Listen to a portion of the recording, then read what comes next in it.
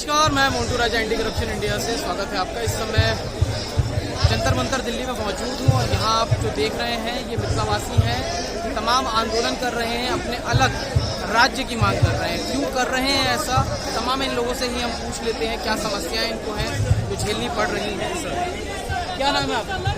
मेरा नाम सुदर्शन कुमार झा हुआ। सुदर्शन जी, ये जो आप अलग राज्य की मांग कर रहे हैं, तो क्या समस्याएं हैं जो मिथिला के लोग हैं झेलनी पड़ रही हैं? मौजूदा सरकार क्या कर रही है?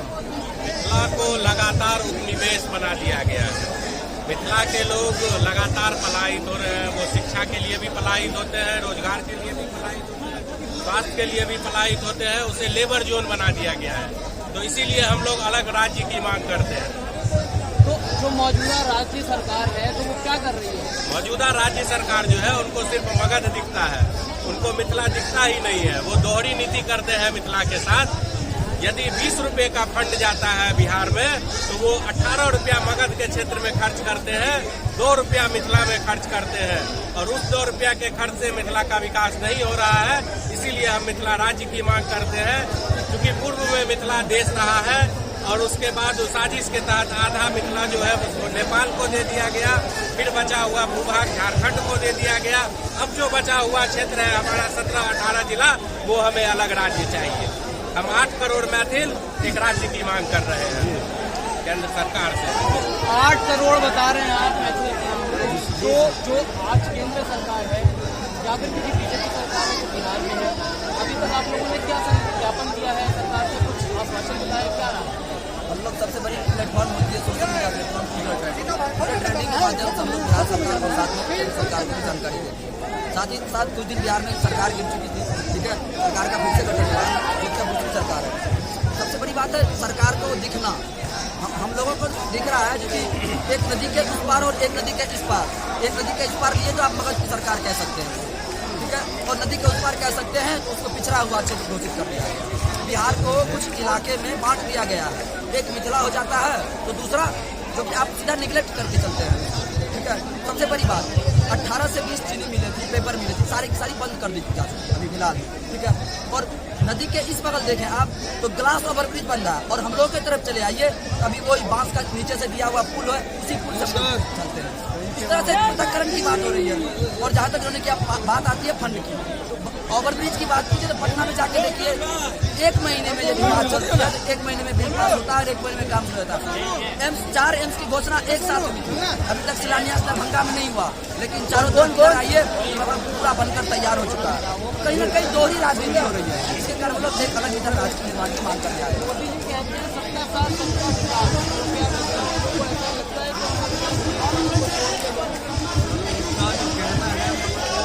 आपने कह दिया सबका साथ मिथिला का विनाश, उससे भी बात ले रहे हैं। मिथिला पहले सबके सामने था, मिथिला में क्या नहीं था? जूट मिल, पेपर मिल, चीनी मिल, मतलब बहुत तरीके के रोजगार हमारे मिथिला में ऑलरेडी था जो आज़ाद भारत से पहले था। लेकिन आज़ाद भारत के बाद हमारे मिथिला में आज अगर आप जाइए वहाँ पे देखिए तो खंडर भरा हुआ है। क्यों? हमारे तरह दो यहाँ पे आप अगर चल जाइए राजगीर की तरफ, वहाँ पे शीशे का पुल, मतलब शीशे का ब्रिज बना हुआ है। वहीं हमारे मिथिला में जाइए तो खचरी का पुल पे आपको चलना पड़ेगा, बांस का। वो भी डर लगता है सर कि चलते चलते कहीं बच्चा गिर गया तो फिर बच्चा बचेगा नहीं। स्कूल खचरी का पुल पे चल के बच्चा पार हो जाता है, कैसे मतलब विकास होगा? हमें हमारा मिथिला राज चाहिए। मिथिला राज हमारा आज यानी बिहार तो 1912 में जाके नाम भी कोई नहीं सुना था। तो आज आप 2022 में बैठे हैं, तमाम विकास की बात करी जाती है। हिंदुस्तान के अंदर मिथिला जो है 8 करोड़ की आबादी आपको बता रहे हैं, तो एक बड़ी आबादी है कि 8 करोड़ की जो आबादी है उसको अनदेखा करके नाम बताइए। अनदेखा तो मतलब अपने आप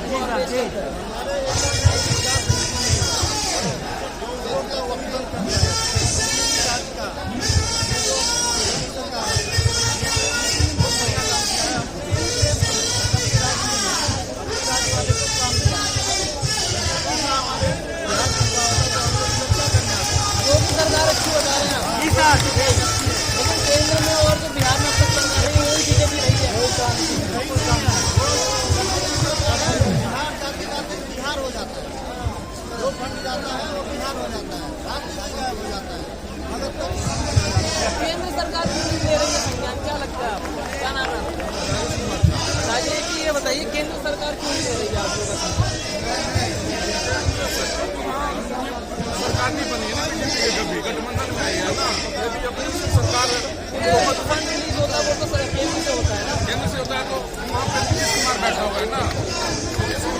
बाद अगर देखिए अगर केंद्र सरकार टाइट करना चाहे तो देखिए दिल्ली सरकार को टाइट किया हुआ है, डिप्टी सीएम जा रहे हैं, चक्कर लगा रहे हैं CBI के लोग। तो क्या लगता है केंद्र सरकार आश्वासन दे रही है या फिर उनसे काम करना चाह रही है? सरकार तो चाह रही है, राज्य सरकार के कारण नहीं हो रही है। राज्य सरकार पूरे अपने पटना हो गए राजगीर में विकास कर रही है, मधुबनी की तरफ जिला की तरफ नहीं आ रही है। वहाँ की अगर बात करें आपके क्षेत्र की तो स्कूलों की स्थिति क्या है और अस्पतालों की स्थिति क्या है? बहुत ही बदतर।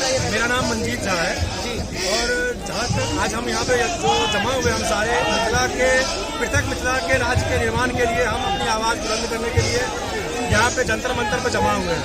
आपने बात करी है स्कूलों की और अस्पताल की, तो मिथिला में स्कूलों और अस्पतालों की दोनों की हालत बहुत से बदतर है। सर 8 करोड़ आबादी के लिए एक दरभंगा में DMCH नाम से कॉलेज और हॉस्पिटल है जिसके एम्स बनाने के लिए जिसकी घोषणा आज से 7 साल पहले हुई, लेकिन आज तक वहाँ पे 10 ट्रैक्टर मिट्टी के गिरावट कुछ भी नहीं हुआ। बिहार की सरकार जो है वो हमेशा मिथिला के सौतेला व्यवहार करती आई है। ऐसे आप लोग अलग राज्य की मांग करेंगे तो आपको कह दिया जाएगा आप देशद्रोही हो, क्योंकि आप जो देश है उसका तोड़ क्योंकि आप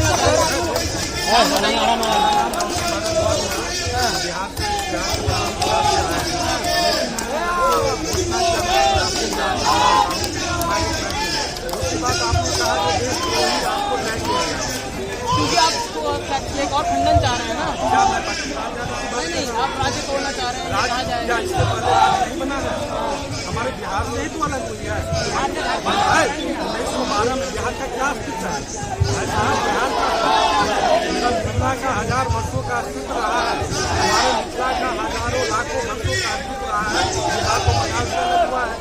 हमारी मांग आज की नहीं है, बहुत पुरानी है। हमारी अपनी भाषा है, हमारी अपनी नीति है। हम मिथिला राज्य की मांग करते हैं, कोई गुनाह नहीं करते हैं। कितने सालों से आप लोग मांग कर रहे हैं, फिर भी नहीं सुना जा रहा है, क्या करें? देखिए ये मिथिला राज्य का आंदोलन जो है 1970-72 से हमारे पूर्वज करते आए हैं। इस बार अब हमारी ये नौजवान की है हुजूम आप देख रहे हैं, इन्होंने इस आंदोलन को अपने हाथों में लिया। आपने कहा कि ये आप देशद्रोह नहीं कर रहे हो, आप देश तोड़ने की बात कर रहे हो। तो आपने अभी हमारे देश के संविधान का पहला लाइन है कि भारत जो है वो राज्यों का समूह है। तो राज्यों का समूह है, 28 राज्य हैं। आज 29वां राज्य बनाने के लिए हम प्रस्ताव दे रहे हैं, क्योंकि बोडोलैंड है, ठीक है, त्रिपुरा के अंदर एक है ADC, सब अपने अपने स्टेट चाह रहे हैं कि हम अलग राज्य बनाएं। लेकिन कैटेगरी में आप लोग खड़े हो जाएंगे।